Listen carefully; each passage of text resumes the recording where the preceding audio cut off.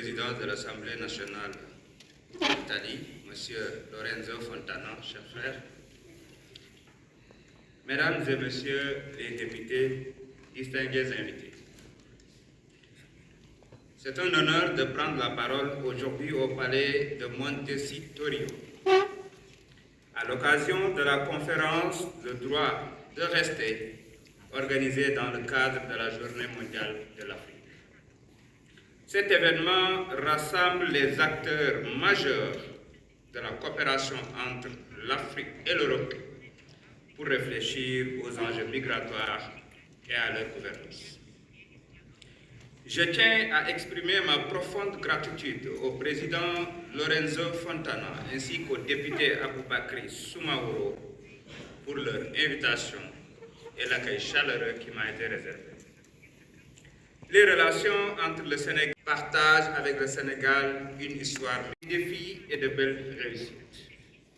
Nos expériences illustrent les différentes étapes du cycle migratoire tel que défini par l'Organisation internationale pour les migrations: départ, transit, installation et retour. Pour aborder efficacement la migration internationale, il est essentiel de saisir la complexité de ces enjeux. Cela requiert l'intégration de ces questions dans nos politiques, en collaboration avec des institutions telles que l'Organisation et le développement, comme les processus de Khartoum et de Rabat, favorisent le dialogue et la coopération entre l'Europe et l'Afrique, établissant des priorités communes et des projets concrets. Face à la croissance et à la complexité des migrations internationales, il est crucial de coordonner nos politiques migratoires tant au niveau bilatéral, dont l'ampleur et la complexité sont sans cesse grandissantes. Ce phénomène engendre de multiples problèmes que nous devons résoudre en initiant des politiques de migration planifiées, mais aussi en créant un cadre de gouvernance des migrations coordonné et mieux géré entre le Sénégal et ses partenaires africains, mais aussi européens et de la manière plus large entre l'Afrique et l'Europe. C'est le cas de dire que les migrations sont une réalité mondiale qu'il convient donc de prendre en charge collectivement, globalement, et à laquelle aucun pays ne peut faire face tout seul au vu de la complexité des défis et des enjeux.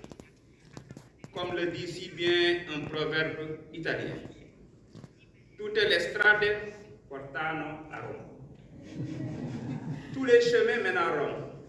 Ce proverbe, au-delà de son sens littéral, nous rappelle aujourd'hui que tous les parcours migratoires, toutes les histoires humaines, toutes les quêtes de dignité et d'avenir meilleur doivent pouvoir mener à un lieu de dialogue, de solidarité et de responsabilité partagée. Aujourd'hui, la migration incontrôlée, souvent synonyme de déplacement forcé ou involontaire, suscite de nombreuses préoccupations. Il s'agit de traiter les causes profondes, de gérer les conséquences et de répondre aux attentes des États et organisations internationales, notamment en favorisant la paix, la stabilité et le développement économique. Parmi les causes majeures de la migration des jeunes Africains, il convient de souligner l'impact de la précarité socio-économique, de l'épuisement progressif des ressources naturelles. Face à ces difficultés, nombre d'entre eux empruntent le